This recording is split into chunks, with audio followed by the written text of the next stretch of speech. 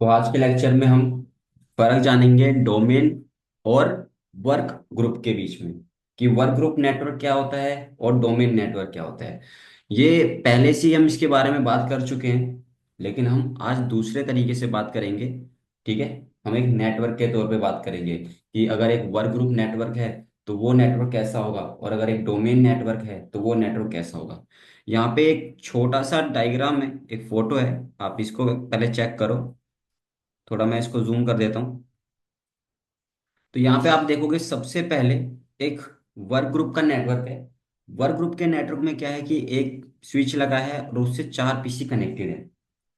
On the other hand अगर आप देखोगे डोमेन नेटवर्क में स्विच ही लगा है और तीन आपको पीसी दिख रहे हैं और एक थोड़ी सी डिफरेंट चीज दिख रही है। तो ये डिफरेंट चीज क्या है हमें ये पता करना है, क्योंकि यही डिफरेंट चीज इसे अलग बनाता है वर्क ग्रुप के नेटवर्क से।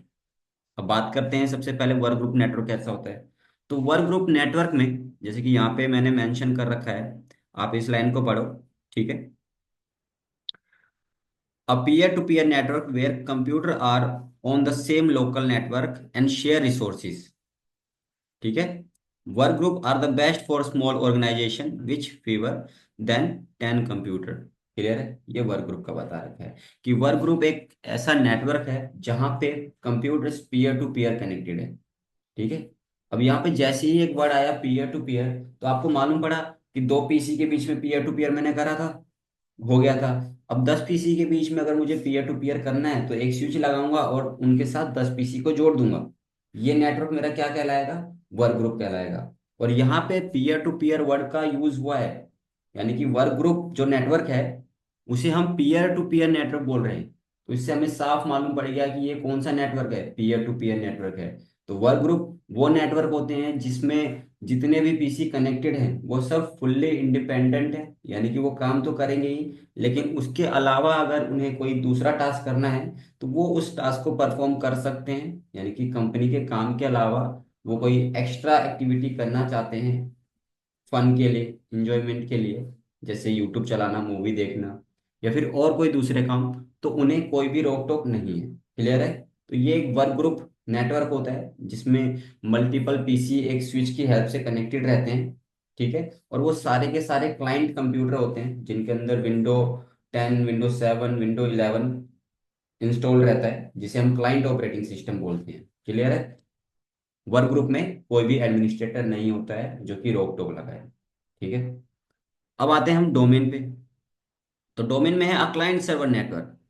देखो हमें आगे पढ़ने की जरूरत भी नहीं है, अगर आपको पढ़ना है तो आप इसको पढ़ लेना कि where user can log in from any machine and network. ठीक है। किसका कंट्रोल रहता है, एडमिनिस्ट्रेटर का कंट्रोल रहता है, वो सिक्योरिटी परमिशन लगाता है। और डोमेन क्या है, बेस्ट है कंपनी के लिए क्योंकि सिक्योरिटी कंसर्न्स रहते हैं उसमें। तो डोमेन वो नेटवर्क है जिसमें सेम मान के चलते हैं कि एक स्विच है, मल्टीपल पीसी कनेक्टेड है। वो बढ़ सकते हैं, अब 100 200 कर सकते हो आप, 100 200 500 मान के चलते हैं कि एक स्विच है और स्विच में करीबन 200 पीसी कनेक्टेड है।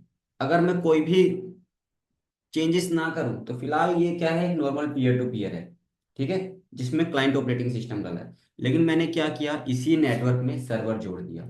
और यहाँ पे हम विंडोज सर्वर की बात कर रहे हैं, तो जैसे ही मैं विंडोज सर्वर को इसके अंदर डालता हूँ इस नेटवर्क में, तो क्या होगा, चीजें बदल जाएंगी। ये चीजें कहाँ पे चली जाएंगी, क्लाइंट सर्वर टेक्नोलॉजी पे चली जाएंगी। तो जो क्लाइंट सर्वर टेक्नोलॉजी है उसी को ही डोमेन नेटवर्क बोला जाता है, जिसमें डीसी कंट्रोल करता है सभी क्लाइंट को।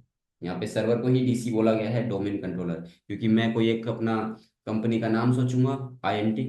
आईएनटी के नाम से मैं सर्वर बनाऊंगा, उससे कॉन्फ़िगर करूंगा अपने विंडो सर्वर को। और जितने भी क्लाइंट पीसी हैं, चाहे 100 हो चाहे 200 हो, सबसे पहला मेरा काम क्या रहेगा, उन 100 200 पीसी को डोमेन के अंदर जोड़ना। तो जैसे ही मैं उसे डोमेन के अंदर जोड़ दूंगा, वो 100 और 200 पीसी मेरे डोमेन नेटवर्क का हिस्सा हो जाएंगे। और जो भी कंपनी के पर्सन्स होंगे वो इसी डोमेन नेटवर्क में लॉगिन करेंगे, और एडमिनिस्ट्रेटर के हिसाब से ही सारी चीजें मैनेज होगी। यानी कि वो कंपनी के काम के अलावा अगर सोचते हैं कि कुछ अलग एक्टिविटी कर लेंगे तो वो नहीं कर सकते। और अगर कर भी पा रहे हैं तो उसमें एडमिनिस्ट्रेटर ने उसको परमिशन दे रखी है। अगर कोई यूजर एक्स्ट्रा काम कर पा रहा है, कुछ एक्स्ट्रा चीजें कर पा रहा है, जैसे कि पेन ड्राइव लगा पा रहा है, ठीक है, तो उसके लिए एडमिनिस्ट्रेटर से परमिशन लेनी पड़ती है। अब ऐसे ही तो किसी को नहीं दे दिया जाएगा, कोई पुराना पर्सन होगा तो हो सकता है कि उसको दे दिया जाए। क्लियर है? तो ये एक छोटा सा फर्क था वर्क ग्रुप और डोमेन नेटवर्क के बीच में। होप सो क्लियर होगा। ठीक है।